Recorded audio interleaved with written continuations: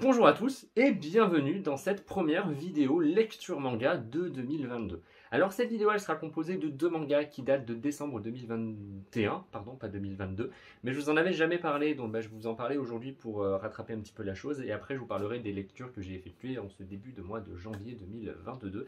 Il y en a quand même quelques-unes et pour moi j'ai eu que de bonnes lectures donc je suis assez content de vous les présenter aujourd'hui et on va commencer sans plus attendre. Allons-y! Tout d'abord, nous avons le tome 3 de The Elf and the Hunter de chez Soleil Manga. Ça s'est terminé en 5 tomes et on n'a pas encore de date pour le tome 4. Mais je pense que ça ne devrait pas tarder comme la série est terminée au Japon. En tout cas, j'espère parce que je l'admets que j'attends ce tome 4 avec impatience. Je vous montre d'abord la couverture qui est vraiment super jolie. Mais en général, j'aime beaucoup l'édition, le travail d'édition qui est fait sur ce manga. Je trouve ça vraiment très sympa. J'en profite également pour vous montrer les dessins. Hop! Déjà, la très belle page couleur qu'on a au début du tome qui est vraiment super sympa. Et on a également des très belles pages chapitres comme ça qui sont avec des dessins vraiment très beaux. Je vais essayer de vous montrer des dessins mais pas trop loin parce que je ne peux pas vous spoiler. Alors bah tiens, celle-ci ça ira. Hop, j'aime beaucoup les dessins, hein. C'est vraiment super sympathique et j'aime bien. Voilà, je trouve ça très joli. C'est pas les dessins les plus beaux qu'on ait vus mais je trouve que les dessins sont vraiment très bien faits. Les visages sont très bien faits. Et je trouve que quand il y a des environnements qui doivent être assez fouillés, donc avec plein d'éléments, et ben le mangaka, ou la mangaka d'ailleurs, très bonne question, arrive vraiment à tout dessiner et à rendre le tout super détaillé. Bref, j'aime beaucoup les dessins. Niveau de l'histoire, on va suivre, il s'appelle Yura, qui est donc un chasseur, et Magritte, qui est une elfe artisan. Bon, vous voyez ce que je vais dire. Hein. Cette petite elfe, elle fabrique des objets pour répondre en fait à des requêtes. Voilà, il y a des gens qui vont lui demander des objets en alchimie. Je sais pas, moi je vous dis des bêtises, mais des potions, des dagues, des choses comme ça. Et du coup, elle va les fabriquer. Sauf que des fois, pour les fabriquer, il lui faut des objets à aller récupérer dans des zones assez dangereuses. Et c'est là où Yura va pouvoir l'aider à trouver ces objets. Donc ils forment un très beau duo tous les deux. Même si Magritte aimerait, je pense, un peu plus qu'un duo amical, si vous voyez ce que je veux dire. Dans le tome 1, on les suivait tous les deux, et même d'ailleurs dans le tome 2, et à la fin du tome 2, on a enfin un fil rouge, on a enfin quelque chose qui nous pousse à lire la suite, et là, c'est le début vraiment de l'aventure entre ces deux personnages, puisqu'ils vont du coup devoir partir à la recherche de quelque chose pour l'histoire principale. Je ne vais pas vous le dévoiler, sinon clairement je vais vous spoiler, ça serait moche. Mais en tout cas, c'est vraiment un tome super intéressant. Il y a un nouveau personnage d'ailleurs qui va faire son apparition, même deux nouveaux personnages. Une femme qui m'intrigue énormément et que j'ai hâte de voir par la suite, qui m'intrigue mais qui me fait également extrêmement rire parce qu'elle a des réactions mais à mourir de rire. Et un homme qui apparaît, qui est lui super mystérieux, hyper étrange et qui cherche quelque chose de... c'est compliqué, attention je suis à la limite du spoil alors je vais me taire. Bref, un tome 3 vraiment super sympathique. Comme d'habitude, les deux personnages principaux sont hyper attachants et je pense que c'est ce qui fait tout dans l'histoire, c'est que j'ai envie de poursuivre l'aventure à leur côté. Donc j'ai vraiment hâte d'avoir le tome 4 et j'espère qu'on va pas attendre trop longtemps. Si vous êtes à la recherche d'une série courte vraiment sympathique, je vous conseille réellement The Elf and the Hunter. Maintenant, la série n'est pas terminée et vous allez me dire on a encore le temps d'être déçu par les deux derniers tomes, mais pour l'instant c'est un sans faute sur les 3 premiers tomes, donc honnêtement je ne pense pas et je serais quand même tellement déçu d'être déçu par le tome 4 et le tome 5 et du coup le final de l'histoire. Mais après, c'est à double tranchant. Les séries courtes, c'est tout le temps comme ça en fait. Soit l'histoire est bien terminée, il y a vraiment un point final et on peut passer à autre chose et c'est fini, on a toutes nos réponses à toutes les questions, etc. Ou alors, ça chie dans la colle et c'est bof. Donc au final, je vous recommande une série courte qui n'est pas encore terminée parce que j'ai adoré les 3 premiers tomes. Mais je vous conseille quand même les 3 premiers tomes parce qu'ils sont cool et j'espère, on va croiser les doigts pour qu'on ne soit pas déçu par la suite. Mais j'espère pas quand même. Hein. Pas comme Terrarium, s'il vous plaît, ça suffit. Hein. Je veux pas 2 Terrarium. Hein. Ah non. Autre lecture du mois de décembre, il s'agit du tome 6 de Spy X Family. Donc Spy X Family, c'est chez Kurokawa, c'est toujours en cours au Japon avec 8 tomes et le tome 7 sortira chez nous le 10 février. Et alors là, j'avais chopé l'édition collector qui était vraiment super sympa. Donc on a la couverture alternative et en plus on a... Hop, on avait une petite plaque métallique. Mais je crois de toute façon que je vous avais déjà présenté tout ça dans un achat manga, il me semble. Donc c'est pour ça que vous l'avez déjà vu. Mais en tout cas, c'était vraiment une édition collector super sympa. Je vais vous remontrer la couverture classique. Il y a encore de la neige qui tombe de mes mangas à cause de mes photos Instagram. Parce que du coup, j'ai fait une série de photos pendant les fêtes. Et je mettais de la neige absolument partout. Et il y a encore de la neige qui tombe de mes mangas. Bref. Là, on a donc la couverture alternative qui est assez sympathique. Et on a la couverture classique. Alors dans ce tome, Twilight, en fait, il doit absolument récupérer un document. Voilà, et ils vont participer à un tournoi de tennis clandestin avec une autre nana, dont j'ai totalement oublié le nom, qui s'appelle Fiona Frost. Alors, autant vous dire que le tournoi de tennis, c'est juste à mourir de rire. Les réactions de Fiona, mais Fiona, c'est quand même la nana qui aimerait être à la place de... Non mais vraiment, c'est compliqué, hein, de York, vous savez, qui est la femme actuelle de Lloyd. Voilà, je vous montre les personnages, hein. Voilà, c'est elle. Elle, c'est Yor, voilà. Et là, bah, sur la couverture, nous avons Fiona. Je sais pas pourquoi, j'ai un énorme problème à retenir les prénoms dans les mangas, vraiment. Alors, je ne retiens jamais rien. Même par exemple Fairy Tail, qui est ma série, celle qui m'a fait tomber dans les mangas, j'ai retenu le nom des personnages principaux, mais des fois, quand on me dit un prénom, je suis là, c'est qui lui? Et quand on me montre, bah, je dis, ah, c'est lui, ah ouais, c'est quand même un personnage principal, et je l'ai même pas... Bref, je suis une merde pour retenir les prénoms, donc excusez-moi. Mais en tout cas, cette nana veut prendre la place de la femme de Lloyd, la femme actuelle, parce qu'elle dit qu'elle accomplirait la mission avec beaucoup plus de succès que le fait Yor, donc la femme actuelle. Bref, en tout cas, il y a beaucoup de réactions, c'est des réactions hyper drôles de la part de cette Fiona. Je veux qu'on m'applaudisse, j'ai retenu un prénom. Une fois de plus, c'est un tome qui est vraiment super drôle, les personnages sont hyper attachants, et une fois de plus, bah, j'ai encore envie de lire le tome 7. Mais on rattrape quand même dangereusement la parution japonaise, donc au bout d'un moment, on va devoir attendre un petit moment. Mais bonne nouvelle quand même, puisque à partir donc, du mois de février, on sera au tome 7 en France, alors qu'il y a déjà 8 tomes au Japon. Donc le tome 8 devrait peut-être arriver assez vite. Mais il y a l'anime qui va commencer, il me semble, au printemps. Je vous mettrai les informations ici, mais en tout cas, il y a l'anime qui va débuter sur Crunchyroll. Je crois aussi, mais pareil, je vous le remettrai dans la vidéo, jamais je me trompe. Et après ce tournoi de tennis clandestin, il va se passer quelque chose d'absolument incroyable. Et ça devrait faire avancer l'histoire assez rapide, enfin un peu plus rapidement en tout cas. J'espère, bien sûr, je ne vais pas vous dire ce qui se passe, mais j'ai adoré la fin de ce tome et j'ai très hâte de découvrir ce qui va se passer dans le tome 6, dans le tome 7, pardon, si jamais je vous parle de ce qui se passe dans le tome 6 et que finalement j'ai hâte de découvrir ce qui se passe dans le tome 6, c'est assez étrange. Et je me fatigue, moi aujourd'hui, je suis il est 11h30 du matin, je suis...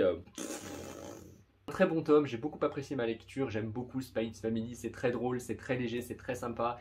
Il y a des personnages qui sont totalement barrés, mais des personnages qui sont tellement attachants, et j'ai vraiment hâte de lire le tome 7 en février. Maintenant, on va passer au manga du mois de janvier, et tout d'abord, nous avons le tome 1 de Criminel Fiançailles de chez Pika Éditions. C'est toujours en cours au Japon avec 5 tomes, et le tome 2 devrait sortir chez nous au mois d'avril. Alors, Criminel Fiançailles, je vais récupérer les prénoms derrière, mais maintenant vous me connaissez, hein. Yoshino, qui est la petite fille du boss du plus grand clan de Yakuza d'Osaka, vit sa petite vie tranquille. Voilà, elle est tranquille. Sauf que son grand-père va légèrement bousculer sa vie en décidant de la fiancer avec Kirishima, qui est le petit-fils d'un puissant clan rival, Tokyo Heat. En fait, c'est simplement dans le but d'unir les deux familles qui sont rivales déjà depuis de nombreuses années, pour un petit peu les unir et éviter qu'il y ait d'autres soucis entre les deux familles, bref, vous voyez. Sauf que, bah, bien sûr, notre petite Yoshino, j'ai retenu son prénom, merci, je veux encore une fois qu'on m'applaudisse. Vraiment que j'arrête de faire le con et que je continue cette vidéo. Bon, Yoshino, elle n'a pas forcément envie, mais elle va quand même devoir y aller, donc elle va y aller pour rencontrer notre petit Kirishima. Lui, pas de chance, j'ai pas retenu son prénom. Donc elle va arriver là-bas, elle va le rencontrer, elle va apprendre à le connaître, elle va s'installer à Tokyo, donc elle va dire au revoir à toutes ses habitudes pour changer d'école, etc. Bref, arrivée donc à Tokyo. Sauf qu'elle va voir que la vie là-bas est très différente puisqu'elle n'est pas du tout connue. À Osaka, elle était connue comme étant la fille, la petite fille de quelqu'un de très puissant, donc elle était respectée, elle était plutôt crainte. Elle était crainte, voilà. Alors que maintenant à Tokyo, elle n'est pas du tout connue, donc tout le monde aurait tendance un petit peu à se foutre de sa gueule. En plus de ça, elle parle avec Kirishima, qui est quand même un homme qui est très beau. Voilà, qui est quand même très beau, qui a de la prestance, toutes les filles du cours après. Et puis alors, il y a cette meuf qui arrive, dont Seizu, qui lui parle et qui est beaucoup trop collée à ce jeune homme. Donc forcément, elle crée la jalousie. En gros, le début de sa nouvelle vie, c'est pas non plus le fun. Et en plus, le Kirishima,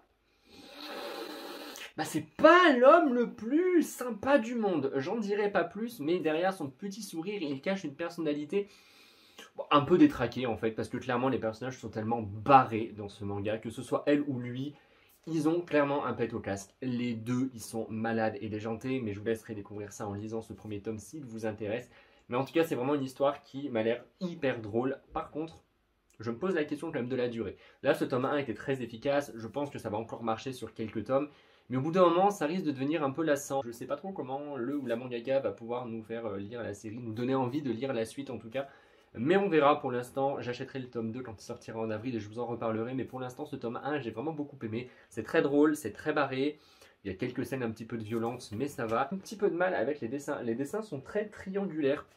Vous savez, tout est très pointu. Les visages sont très pointus, J'espère, vous voyez un peu. Les visages sont très. Ouais, c'est triangulaire tout simplement, quoi. Ça fait. Je sais pas, c'est très très étrange. Donc au début, j'avais un peu de mal avec les dessins. J'étais là en mode. C'est pas folichon, folichon. Mais finalement, après, bon, les dessins, on les oublie rapidement. Et puis au final, on se retrouve happé par l'histoire. Donc on s'en fout un peu. Mais je suis très très curieux de voir la suite de ce manga. Et moi, j'ai pris du bon temps avec ce premier tome. Donc je suis assez curieux de voir la suite au mois d'avril. Et on verra bien ce que ça donne. Clairement là je peux vous le recommander si jamais vous aimez peut-être les histoires avec des yakuza mais avec une pointe d'humour, vous savez, avec des personnages qui sont censés être genre badass, méchants, violents mais qui sont un peu l'opposé de ce qu'ils devraient être, enfin vous voyez ce que je veux dire. Donc du coup moi j'ai bien aimé ce premier tome et ouais, je vous le recommande et j'en ai fait un avis de toute façon sur mon Instagram également si vous voulez en lire un peu plus. Mais voilà, je l'ai trouvé cool et ce que je trouve vraiment le plus cool dans ce manga c'est clairement les personnages qui sont totalement malades. Pika m'avait envoyé un petit marque-page d'ailleurs que j'aime beaucoup également avec ce premier tome. Voilà, donc j'aime beaucoup. Mais vous voyez, c'est ce que je dis, là on le voit bien sur le marque-page, les visages sont hyper triangulaires, hyper pointus. Enfin, vous m'avez compris, en fait, les dessins étaient bizarres, mais bon, je vous dis, hein, quand on lit, après, ça passe et on oublie vite le côté un peu étrange des dessins.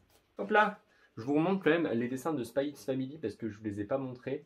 Mais bon, après, c'est hyper connu, donc bon, c'est pour ça, je ne vous les ai pas forcément montrés.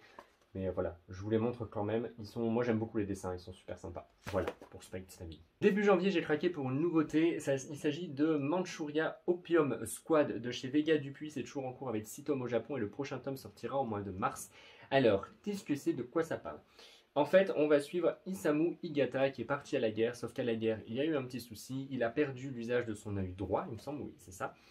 Et du coup, il va se retrouver à travailler dans un corps agricole. Voilà, tout simplement. En gros, c'est là où on envoie les personnes qui malheureusement ne sont plus utiles à la guerre, qui ont soit des problèmes parce qu'elles ont un bras en moins, une jambe en moins. Bref, elles ne peuvent plus aller à la guerre. Du coup, on les envoie là-bas pour travailler.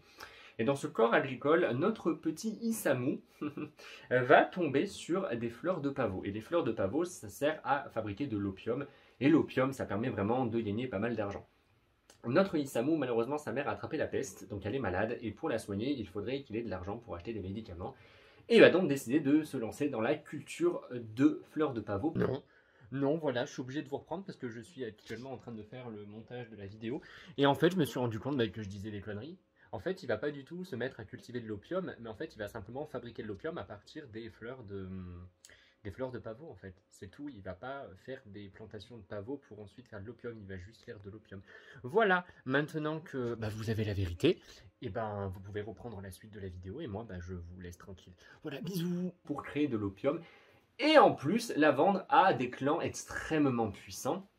J'en dirai pas plus, mais en tout cas, en se dirigeant vers un clan assez puissant pour vendre son opium, il va tomber sur cette nana-là. Et alors, elle ne rigole pas du tout. Mais j'en dirai pas plus pour le scénario, pour ne pas vous spoiler. Mais en tout cas, j'ai adoré ce premier tome. Vraiment une très très bonne surprise. J'avais acheté ce premier tome parce que la couverture m'intriguait. J'adorais vraiment la fille que je trouvais hyper badass, hyper classe. Je sais pas, elle transpirait quelque chose et je me suis dit, vas-y, je me laisse tenter. Je trouvais les dessins super sympas. D'ailleurs, on peut voir là les fleurs de pavot qui servent dans la fabrication de l'opium. Je savais même pas d'ailleurs que ça ressemblait à ça, pour être honnête. Voilà, pop-up, je vous montre d'autres dessins. Les dessins sont vraiment magnifiques. L'histoire est hyper intrigante, hyper accrocheuse. On est avec des personnages qui sont hyper badass. Et j'aime beaucoup le personnage principal de Isamu, qui est vraiment super sympa. Isamu, je sais pas trop, mais je pense que c'est plus Isamu. Bref, de toute façon, vous avez compris. Mais en tout cas, j'ai beaucoup aimé ce premier tome. Une très très bonne surprise. Honnêtement, je voulais pas du tout l'acheter au départ, mais bon, pourquoi pas. Pour l'instant, il n'y a que 6 tomes au Japon, et bon, le prochain tome sortira en mars, donc ça va, on va dire qu'il n'y a pas non plus déjà 30 tomes. Mais j'ai vraiment hâte de lire la suite, parce qu'en plus, bien sûr, ça se termine en queue de poisson, et à la fin, on n'a qu'une envie, c'est de lire la suite. Et voilà, donc vraiment une très très bonne surprise, et c'est un manga par contre qui est assez bourrin quand même, hein, c'est assez violent. Donc voilà, attention aux âmes sensibles, en plus c'est marqué pour public averti. Mais voilà, en tout cas, une très très bonne surprise avec ce premier tome de Opium Squad. Voilà, enfin, Manchuria Opium Squad.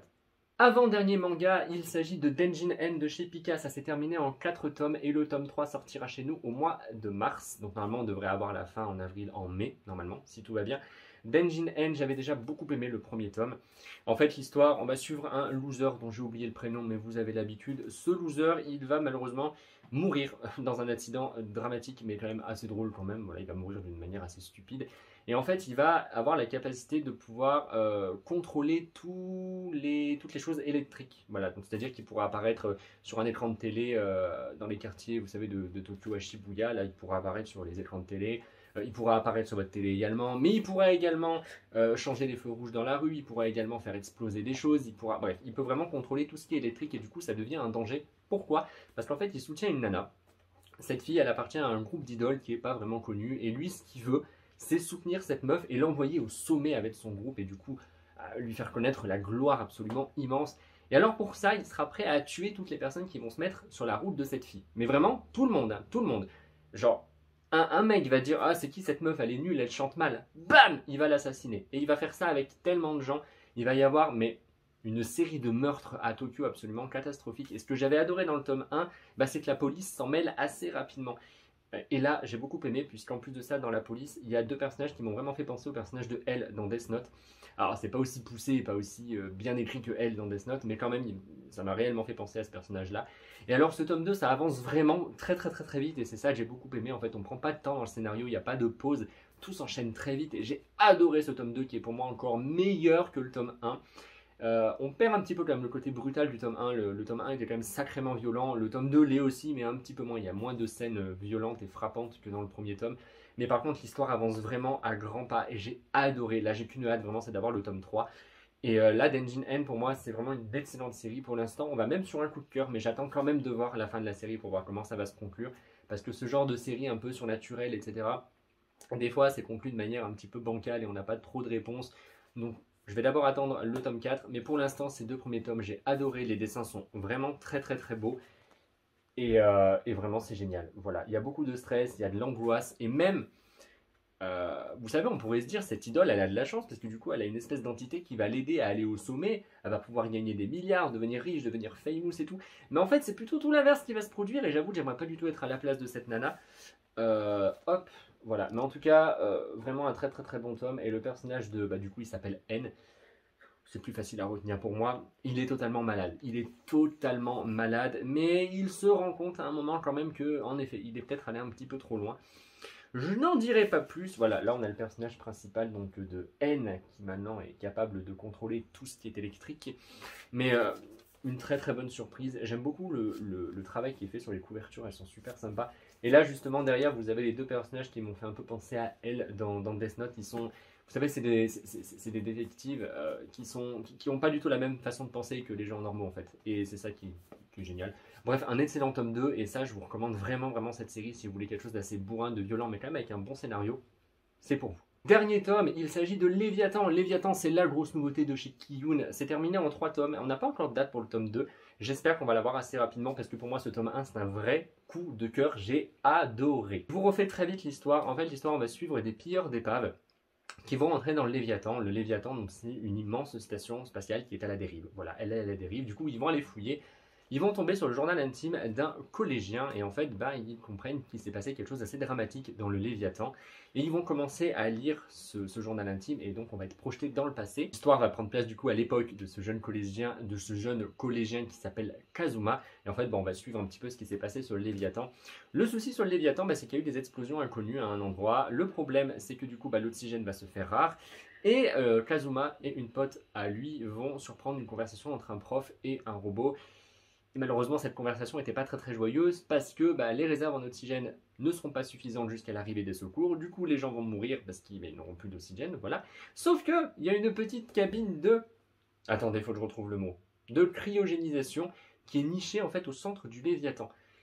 Oui, il n'y en a qu'une, une seule. Donc maintenant, je vous laisse un petit peu... voilà, je vous laisse réfléchir et je pense que vous avez compris ce qui va arriver en fait à tout l'équipage, ce qui va se passer entre toutes ces personnes, sachant que ce sont quand même des collégiens en voyage scolaire, donc il y a très peu d'adultes avec eux. Et voilà, je vous laisse imaginer la suite, mais bon, c'est assez simple à imaginer. Ça va pas être très très sympa et ça va se transformer en véritable survival. Et j'ai hâte de lire le tome 2 pour savoir ce qui va se passer. C'est angoissant, c'est stressant, c'est de l'horreur, c'est incroyable. J'ai vraiment adoré ce tome 1. Le travail déjà d'édition est magnifique. On a une tranche qui est toute noire. Voilà, je pense que vous le verrez, mais elle est toute noire. C'est incroyable, la couverture est magnifique. Et les dessins, je n'en parle même pas, les dessins sont incroyables. J'aime beaucoup le fait en fait qu'il y ait, vous savez, l'histoire dans le présent, donc avec ces pilleurs d'épaves qui sont en train de lire le journal intime de ce gamin. Et oula, j'allais vous montrer quelque chose qui spoil. Hop. Et du coup, l'histoire dans le passé, parce qu'en fait, on est en train de revivre ce qu'ils sont en train de lire. J'aime beaucoup déjà ce côté-là. Et je vous avoue que je trouve ça tellement angoissant parce que ça se passe dans un vaisseau enfin, dans l'espace, quoi. Et personne pourra les aider. Et du coup, j'adore mettre cette phrase personne, dans l'espace, personne ne vous entendra crier, qui est une référence à Alien. Parce que clairement, personne pourra venir les aider. Et déjà, dans ce premier tome, c'est la débandade, hein. Ça part en cacahuète hyper rapidement. Mais vraiment hyper rapidement. Et j'ai vraiment hâte de voir ce qui va se passer par la suite. En plus, c'est terminé en 3 tomes, ça c'est cool. Même si, bon, on connaît déjà la fin, mais je suis quand même très très très très curieux de savoir quelque chose qui fait partie du scénario et qu'on a tous envie de savoir, du moins tous ceux qui ont lu le tome 1.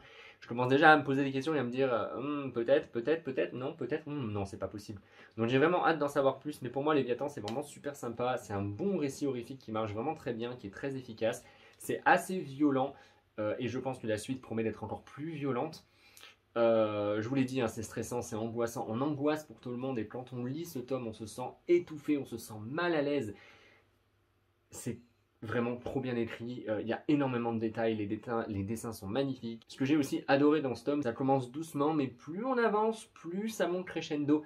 Et je pense que ça va se terminer sur un massacre complet, mais j'en dirai pas plus. Pour moi, Léviathan, c'est une totale réussite.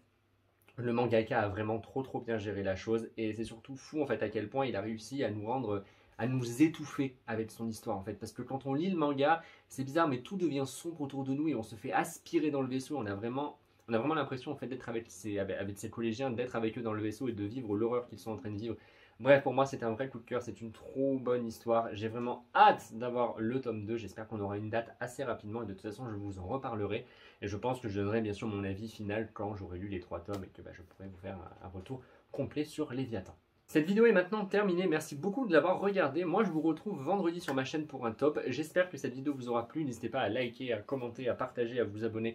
Comme d'habitude, je vous attends également dans les commentaires pour pouvoir parler avec vous un petit peu. Jamais vous avez lu certains tomes en commun avec moi pour qu'on puisse en discuter. Et moi je vous dis à vendredi pour une prochaine vidéo sur ma chaîne. Bonne journée à tous et voilà, au revoir.